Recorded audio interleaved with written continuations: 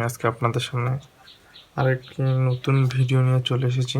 দেখতে পারতেছেন আমার হাতে একটি ব্লুটুথ মডিউল আছে। অনেকে হয়তো এটির সাথে পরিচিত আছেন, আর অনেকে হয়তো ফার্স্ট টাইম দেখতেছেন কিংবা দেখেছেন, হয়তো জানেন না এটার মূলত কাজ কি। আমি আজকে বলতেছি এটি সম্পর্কে বিভিন্ন ধরনের ব্যাখ্যা, যে আসলে এগুলো আমরা কি কি কাজে ব্যবহার করতে পারি। এটি প্রজেক্টে বিভিন্ন কাজে ব্যবহার করা হয়। এটি আমরা এই যে আরডিওনোর ভিডিও আমি আগে আপনাদেরকে একটি দিয়েছি, এই আরডিওনোর সাথে কানেক্ট করে বিভিন্ন ধরনের প্রজেক্ট তৈরি করা যায়। ওয়্যারলেস কিংবা আপনার ভয়েস কমান্ডের মাধ্যমে কোনো কিছু কন্ট্রোল করতে চাইলে কন্ট্রোল করতে পারবেন। এটির ডাটা পিন এটির সাথে সংযুক্ত করার পরে আমরা যে কোনো ধরনের ভয়েস কমান্ড তৈরি করতে পারি। এক্ষেত্রে আমাদের প্রোগ্রামিং করার প্রয়োজন পড়ে আরডিওনোর মধ্যে। এখন আমি বলবো এটির যে পিনগুলো রয়েছে এগুলোর কাজ কি, কোনটির কাজ কি। দেখতেই পারতেছেন STATE, তারপরে RXD, TXD, GND, BCC, EN, এগুলোর কাজ কি। অনেকে বুঝতেছিলেন না যে আসলে এগুলোর কি মিনিং। আমি আপনাদেরকে দেখাচ্ছি যে আসলে এগুলা কোন পিনটি কি কাজ করে। আমি একটি পেন নিলাম, আপনাদেরকে দেখিয়ে দিব আমি। এই যে পিনটি মূলত এটি আমরা তেমন কোনো কাজে লাগে না। যখন ডিসপ্লে জনিত কোনো ধরনের কাজ করা হয় কিংবা কোনো প্রজেক্ট তৈরি করা হয়, সেই ক্ষেত্রে এই পিনটি আমাদের কাজে লাগে। শুধু ডিসপ্লে সংক্ষেপে লিখলাম। আর এখানে দেখতে পারতেছেন আপনারা এই যে এই পিনটি RXD, এই যে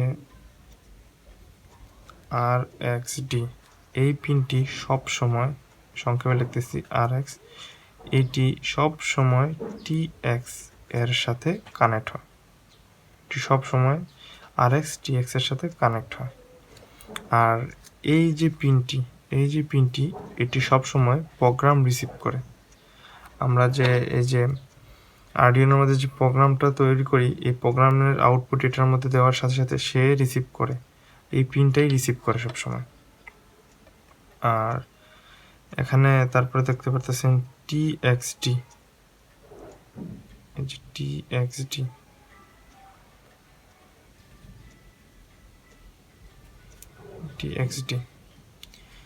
TXD সবসময় RX এর সাথে কানেক্ট হয়।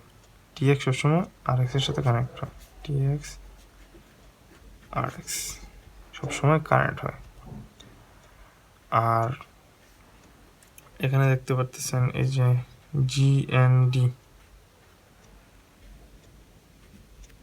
এই যে GND, এই যে GND মানে গ্রাউন্ড অথবা মাইনাস পয়েন্ট আর কি, যেটা বলি এটা হচ্ছে মাইনাস, নেগেটিভ পয়েন্ট।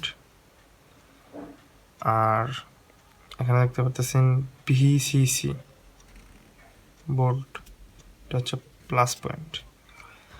আপনারা যদি প্লাস মাইনাস এই পয়েন্টটি সংযুক্তই না করেন তাহলে এই মডিউলটি রানিংই হবে না।